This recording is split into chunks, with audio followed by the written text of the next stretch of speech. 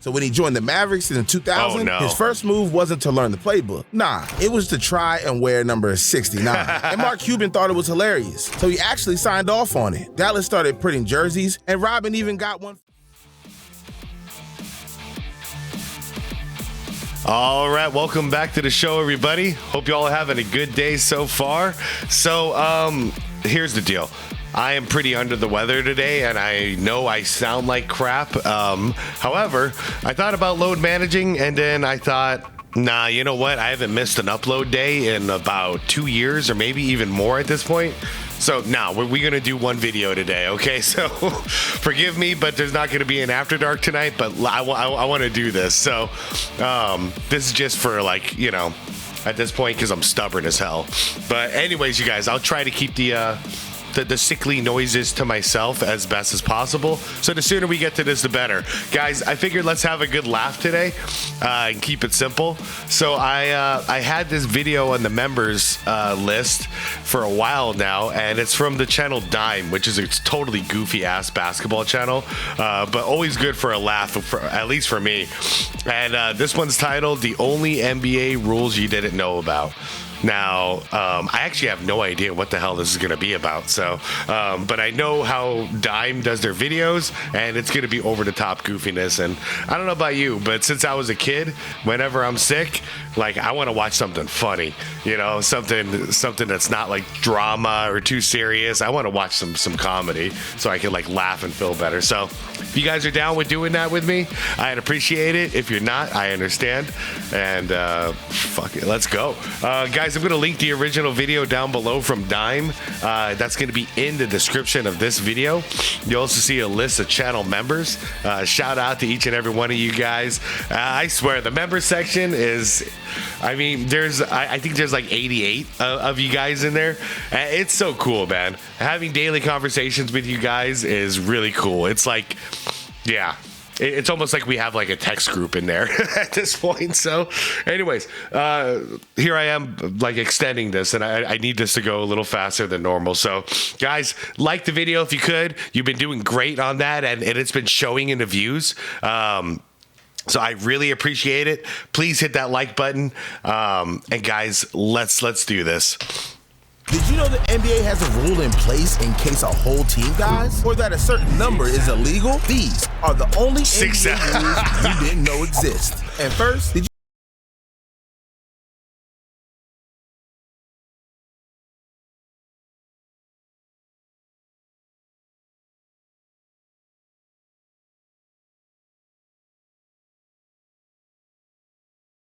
everyone gets the same power, especially not Jordan Bell. Because in 2019, in the final seconds of the Thunder Timberwolves game, Karl Anthony Towns was up for free throws to try and seal it for the Timberwolves. And it looked like it was gonna happen. Then came Chris Paul. Bell was subbing in the game. He had his jersey untucked, and we already had got a delay of game. And Chris was like, you have to call it. You want him to make this free throw.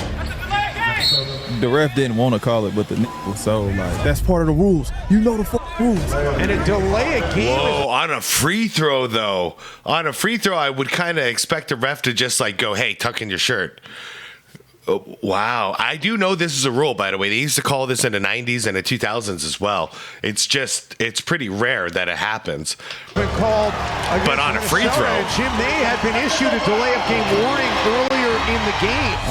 I was mad as fuck. Bruh, I would have crashed out on CP for pulling that. Dude was definitely that kid about to ask for homework at the end of the day. But that was complicated. How do you guys feel about that? Because, like, it is technically a delay of game because they are delaying the game to wait for him to tuck in his jersey. But on the free throw line, I think that's the one moment where it might be okay. Like, just go ahead and tuck it in real quick and let's go. I don't know. What do you guys think? But the fact that it was the second time that happened in the same game, maybe that changed it. I don't know, man. That's a crazy way to start this out. But yes, I'm here to tell you this is an actual rule and has been for a long time. Since he called it, OKC. All right, hold up. Dude was definitely that kid about to ask for homework at the end of the day. But since he called it, OKC got a free throw, then a full court layup, and won in overtime. But the NBA ain't ain't just sticking to making petty rules. Because these days, they're actually making rules to motivate the players. You know, the whole you miss 100% of the shots you don't take saying? Well, when it comes to half-court shots, players always avoid them. Mainly because a miss would tank their stats. And I hate that, but it's so true. I saw Jason Tatum, and you could hear him at one point. I think this was last season. There was, I think, going into halftime, and he could have taken a half-court shot, but instead he didn't, and he passed it back to his teammate, and then he told his teammate, "Why'd you give me the ball?" You know, like, it's so different than how it used to be. People don't understand that people in the 90s took so few threes that not a majority, but a good chunk of those attempts that were missed were half court or full court shots at the end of quarters, you know, but they didn't care. Jordan did it all the time. It affected his percentage, but people didn't care about that back then. You respected the fact that you were going for some extra points, you know? The NBA wants to fix that so we can see more of those last-second buzzer beaters. So starting in 25-26, any shot launched within the final 3 seconds of the first 3 quarters from at least 36 feet away will be counted as a team shot attempt, not a player shot attempt. Damn, that's a mouthful. But it sounds kind of dope at first until you read the fine print, because it also says that making it will actually count towards your own stats. So now you effed it up. You can't do that. Basically invented the have your cake and eat it too. Yeah, no kidding. That rule is crazy? I do think that rule is crazy. I mean, I think it's crazy that we have to have that rule in general. But okay, that did fix the problem. So now people will take that damn shot. However, why do we reward them if it goes in, but not penalize them if it doesn't go in? Just do nothing. Just do nothing. Give them 3 points for the player, but just don't have that shot be on a damn on the stat line. Then, if that's honestly though, altogether, that's some weak ass shit. I'm sorry to say it, but that's some weak ass shit that these guys won't take that shot because of their percentage might get affected. And I stand by it. What do you guys think? It has a rule in place for something way darker. Like, what would happen if your entire team died? Even though that's unbelievably unlikely, the NBA likes to prepare for the worst. So they literally have an entire section of the rule book dedicated to the worst case scenario called the disaster draft. Because if that day ever came, it's not like the team would just shut down forever. They'd have to rebuild it in a single day. Here's how it works. Every franchise, except for the dead one, must choose up to 5 players to protect on the roster. And so it's like an expansion. Once they've got that locked in, the affected franchise can select 1 unprotected player from each franchise to fill their roster back up. Honestly, sounds like a rule the Pelicans could use these days. Nah, I'm just playing. No team deserves to ever see this thing activated, but every team is glad it exists. Okay, so correct me if I'm wrong, but the way I understood that was basically like they do an immediate expansion draft for the team. And that would be terrible, but I mean, the fact that they're on flights all the time, I'm actually surprised. I'm glad, but I'm actually surprised it's never happened. Wow. All the petty fines, uniform violations, and technicals, at least the league's got a plan for the one thing that actually matters. And no, it's not the only rule they have for rare scenarios, because there's a rule so rare, it's only been used once in this century. Okay. See, usually if a player has 6 fouls, that's it. They're just gonna have to come back next game. Yeah. But that's not always an option. Gets behind Wes Johnson, he attacks Sacre. Sacre's fouled out. Yep. So now we've hit that situation. Sacre is out of the game. Farmar is not available. Kamen has fouled out. So the last player that fouled out comes back into the game, in my estimation. Well, the announcer's estimation was right. Since there's no one left to sub in, the NBA couldn't just send the fans home. So they enforced something called the player foul penalty, which forced Robert Sacre, the last player to go out, to just stay in. And that's actually wild to see, but that's not where it stops. It is. I thought at that point, first off, I can't believe it ever got to this point, but I thought, do we have to forfeit the game? If there's no valid active players ready to go in, you only got 4, then either you forfeit the game or you play the rest of the game with 4 players. Whichever one. I would vouch for let's play 4-on-5 and let's see what happens. You know, like in hockey, you got the penalty. You got to play shorthanded, the penalty box. Once the last fouled player is officially out, the rule states that every foul he commits after that becomes a personal, team, and technical foul. And at that point, you got to be careful even smiling in the wrong direction. But not every rule has to do with What do you guys think about that? I would rather them play on with 4. to the lifetime situation. Some just ban basic human functions, like when they banned Caron Butler from eating or chewing, because he had the most random game day addiction of all time, chewing McDonald's straws. Before every game, I start at the nearest Burger King, McDonald's, grab straws, grab a handful of straws, and come to the game and start chewing them. Wow, man. Listen, I'm not one to judge, but that's weird as hell. I mean, I used to see this a lot back in the day. I know I sound so old. I probably literally sound so old today because of my voice, but yeah, man, I used to see people chew on straws back in the day. I mean, I totally kind of forgot about it, but I mean, as long as he's not chewing the straws in the game while he's on the court, I don't think I necessarily have a problem with it. Guys chew gum. It didn't stop at an addiction for Butler. He turned it into a legal skill. A reporter even asked him to find the MCD straw out of a pile of 15 while blindfolded. Okay. And well, right in front of you, you can feel around and pick out. There's McDonald's. That is damn. That is unbelievable. How did you do that? In a random ass way, that's kind of impressive. That is impressive. That's kind of like when the Inside the NBA guys did a taste testing for Charles Barkley with donuts to see if he can pick out the Krispy Kreme. Classic television. Oh man, I'm having fun. I'm glad I decided to do this, guys. What did you guys used to do when you were like kids, and you were too sick to go to school that day? Like what was your routine? I distinctly remember my routine. Ferris Bueller's Day Off, apple juice, spaghetti and meat sauce. This was it. I was a happy kid. That's all I ever needed, man.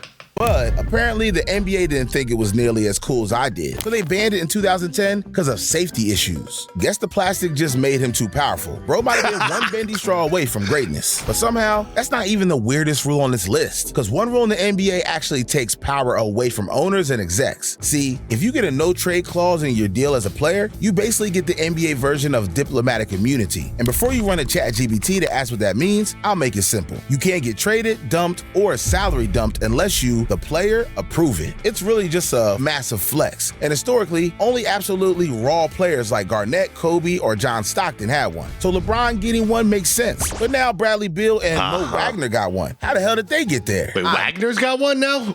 Are we not learning? No, their agents photoshopped the contract. There's just no way. Right. That's like a Forbes list putting Elon Musk and your gym teacher on the same page. Right. So now Tweedledum and Tweedledee got the same power as the king. The world's gone crazy, man. It is, man. And like we should learn, especially now with I mean, the Suns are going to be penalized with Beal and that no trade clause until 2030. No joke. We're paying him. If I'm not mistaken, we're paying him $10 million every year until 2030 because of that stupid thing. We're stuck with it because we couldn't trade him, so we had to release him. So we still owe him the money, which is terrible. Guys, we shouldn't be doing no trade clauses. Unless, like you said, if you're that franchise player like Kobe or whatever, who's spent his whole career there, or like a Michael, not Mike, I was about to say Michael Jackson, like a Michael Jordan or a Larry Bird or a Magic Johnson, a Tim Duncan. One of these guys I understand because, they're committed to staying with you for the rest of their career. But yeah, not Bradley Beal. NTCs have nothing on what the NBA banned Shaq from doing. Because in the early 90s, Shaq took Duncan to another level when he literally brought the roof down with him. Yeah. Almost put it in, too. Here's Bowie. Boom. Yeah, he brought the whole thing down. Show the Phoenix one.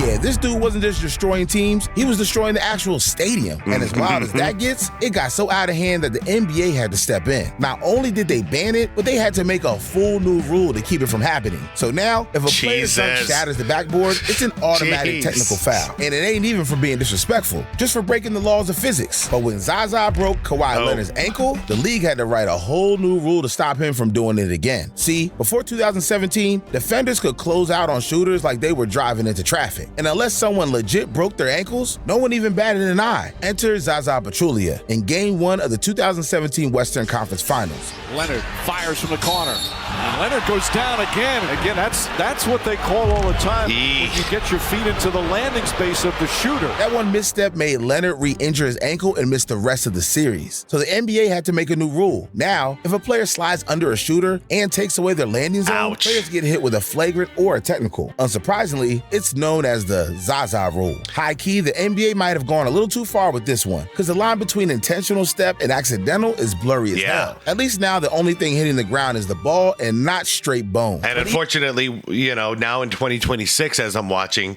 now we're exploiting that rule on the offensive end. So players, it's so crazy. The rule was to protect them, but now we see players jumping into the defender and then they're landing on shoes and then getting their ankles busted. But they're doing it in order to get an defensive foul so they can get 3 free throws. But now it's almost like we got to take the damn rule away and stop protecting them because they exploited it.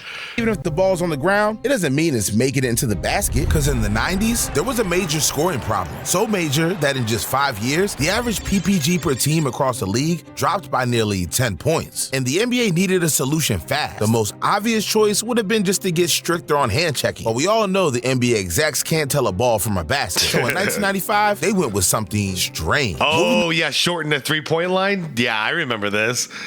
It's by the way, how ironic is it? Because it's not ironic, because this is intentional. Whenever Jordan retired, they would change the rules to make it easier to score. Okay, so I don't want to hear they made it harder, blah, blah, blah. No. They made it easier for everyone to score. Shorten the three-point line the first time he retired. Hopefully, we'll get another player who can score 30 again. You know, that was the idea. And then in 2003, guess what happened in the very next season after Jordan retired the final time? No more hand checking. Now it's easier than ever to score. Very interesting that they did that. And I think it was just like kind of an excitement factor where they're like, well, you know, no one's going to average 30 a game and shoot 50% for a while. So we better make it easier for them to do it. And they did. And I think it made the game a lot worse because of it. The three-point line closer so that every part of the arc was just 22 feet away from the rim. Yeah. Obviously, they just wanted to get scoring up, but it ended up just breaking the game. Suddenly, Steve Kerr was hitting 52% of his shots from deep. Jordan was getting above 40%, and the league as a whole went from averaging 9 threes per game to 16. Yeah, and then Jordan's full year back, and then they shortened it again. You know what I mean? Or not, I mean the opposite. They went back to normal again. Crazy as that must have been to watch, most of the league hated it. Big guys were drifting off the court, and spacing was cramped as hell. But the biggest problem, the rule change actually made average PPGs drop even more. Oh, I didn't know that. By 1997, the NBA just gave up. They pushed the line back to normal and just pretended the whole thing never happened. Just like how they pretended that they don't care about players having a little fun. Because in 2019, players tried to start a new trend with ninja headbands. Yeah, for real. Players like Jimmy Butler, Mike Scott, and De'Aaron Fox all started tying their cloth Naruto style. And honestly, it looked cold as hell, but it only lasted a few months. Because apparently, having style is where the NBA draws the line. So the NBA banned them in September of 2019, citing safety concerns. Bruh, that's gotta be the most cap reason of all time. Yeah, I mean, if a player... I agree. Yeah, I mean, if they want to get rid of it, but safety concerns, I don't think so on that. Got injured from a headband? That's just karma. They had to have done something bad. There hadn't been a single injury or complaint, but the rule came down anyway. And to this day, no one's ever been able to explain how a piece of cloth is more dangerous than Draymond's elbow. Right? But that's not the only time. Jesus. Poor Nurkic. The NBA tried to be the fashion police. See, back in the 2000s, Rajon Rondo wanted to wear his headband upside down. Did it look a little whack? Yeah, but it was iconic as hell. So iconic that other players started copying it. Okay. And initially, there was no issue. Then literally the day the 2010 season started, banned. Why? The NBA gotta be the pettiest organization of all time. Okay, I don't understand that one at all. He's wearing the right stuff. Because this time, they said it was to keep uniformity and presentation. What? Didn't know I was paying $100 a year to see a grown man go through a dress code inspection. But the NBA doesn't just ban personality. Yeah, I don't agree with that one. Because in 1990, the NBA had to ban Trent Tucker from making the craziest, impossible shots of all time. Oh, 110. Tucker launches it. I mean, that was a fast shot. Yes, it is possible to shoot with 1/10 of a second left. The refs had to have bet on that game. Bro had literally 0.01 seconds left and somehow hit a three. Yeah, they changed it to point 4, right? to be the slowest 1/10 of a second of all time, which is pretty much what the Bulls argue. And when the NBA looked at the tape, they were like, yeah, valid. So they made the Trent Tucker rule, which states you need at least 0.3 seconds on the clock to catch and shoot. Any less, and you only get a tip. No superhero shit allowed. But even if you're already a superhero, you won't get off the hook in the NBA, because Michael Jordan couldn't escape their rules. See, back in 1985, the NBA wanted every player to look exactly the same. Oh yeah, the same old problem. This was funny. When in uniform. So if you want to throw on a pair of Elites or some wild colorways, sorry, but that violated the rules. Luckily for all players, Michael Jordan didn't care about rules. He showed up in a pair of black and red Air Jordan 1s, which is some serious main character energy. And the league hated main characters, so they banned them instantly, and even sent a letter to Nike saying the shoes violated the uniform code. On top of that, the NBA threatened a $5,000 fine for every time Jordan wore them, but Jordan was getting paid millions, so $5K was basically pennies to him. Plus, Nike even backed him with one of the wildest ad campaigns ever. In 1985, Nike created a revolutionary new basketball shoe. A month later, the NBA threw them out of the game. Yep.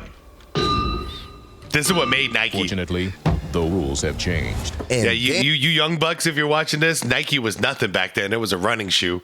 This campaign and Michael Jordan made it. And by the way, I don't know if he's about to say it, but if he doesn't, Nike, basically with that conversation with Jordan, was Nike saying, don't worry about it. Keep wearing them. We're going to front the bill. We'll pay the fine every single game. Just keep wearing the damn shoe. And it was the smartest thing they ever did, because every day with the highlights you see on SportsCenter, you saw Michael Jordan's, the Air Jordan 1s. And guess what? They sold like freaking crazy because of it. Damn, did it pay off. Those shoes sold out everywhere before Jordan even won his first title. Oh, yeah, way before. The NBA was slamming their heads against the wall after that miss. So when Dennis Rodman tried to pull something out of pocket, they cracked down fast. Because Dennis Rodman is pretty much just a 16-year-old in an elite athlete's body. So when he joined the Mavericks in 2000, his first move wasn't to learn the playbook. Nah, it was to try and wear number 69. And Mark Cuban thought it was hilarious, so he actually signed off on it. Dallas started printing jerseys, and Rodman even got one for a photo shoot. But here's the thing. Cuban's deal to buy the team wasn't completely official yet. So the second that Commissioner David Stern saw the jersey, he personally vetoed it, then banned it from the entire NBA. Sounds like he was jealous. And all because the commish never gets any action, D-Rod had to settle for number 7. But while Dennis was pushing the boundaries of the NBA rulebook, one guy literally got to play while serving time. See, back in 2017, Kentavious Caldwell-Pope, KCP, got a DUI, but he got a clutch plea deal and went on probation. You're not about to tell me he got to play in the NBA while wearing an ankle monitor. You're trolling me, right? Problem was, he missed required screenings, which meant in the middle of the season, he'd have to drop out to go to jail for 25 days. But because the NBA is his work, the court let him out to hoop. There was one catch. Since he couldn't leave Cali, he had to play with an ankle monitor. Bro was literally on arrest in the Staples Center. In the next game, he played in handcuffs. Nah, I'm playing. But the NBA... I can't believe... Oh, hold on. They cares so much about making money. Not only did they let a criminal keep playing, but in 2010... Okay, now that one's over. I can't believe that happened. Like, okay, here's my middle ground on this. I get it. You got to wear an ankle monitor, but if they're going to allow you to work, you're on television the whole game.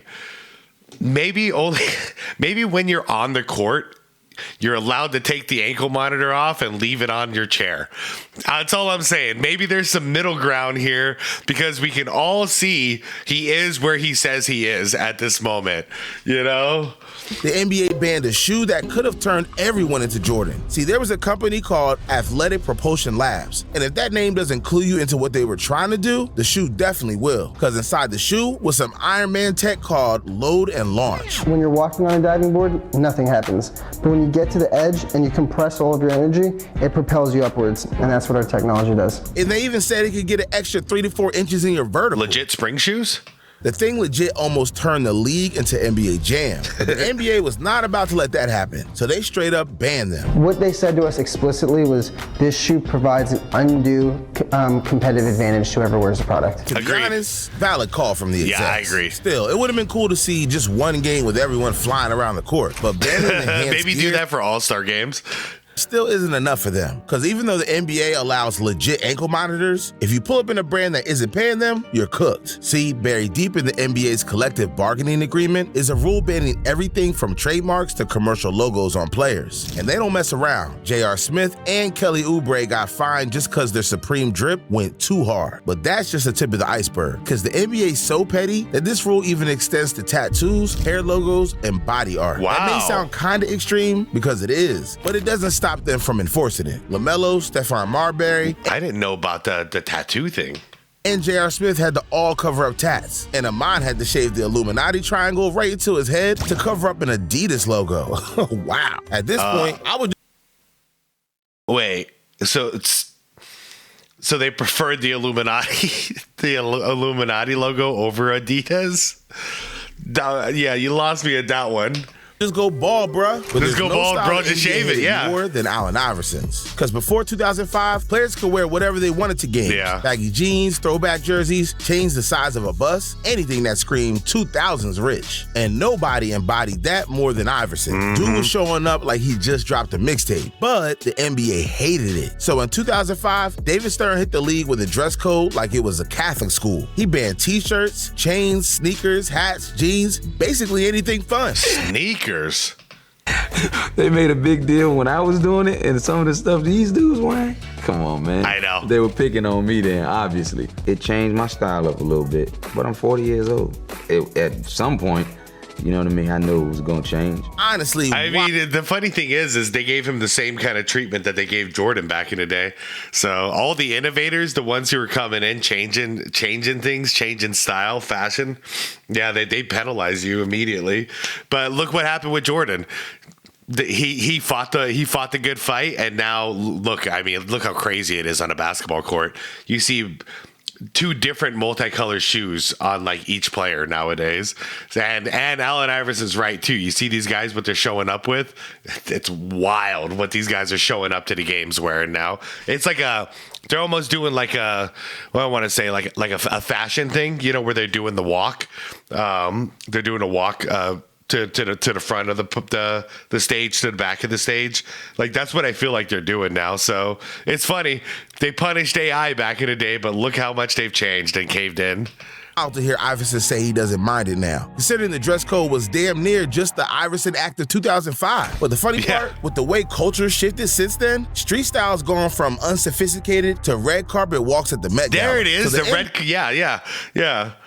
NBA probably couldn't ban it even if they wanted to. But culture's not the only thing that influences the NBA. Back in the 90s, they literally invented a rule just to keep one player happy. And obviously, that player was Michael Jordan. I mean, at his peak, he was basically their daddy. So he got stuff most players could only dream of, like the "for the love of the game" clause. See, when most players sign an NBA contract, there's strict rules. No outside games, no pickup runs, no charity events, nothing that could risk injury. But when Jordan joined the Bulls in '84, he demanded a clause that let him play ball anywhere. Wait a second now.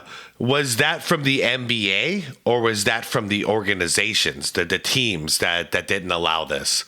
I always thought it was the teams, because the teams are the ones who pay the player.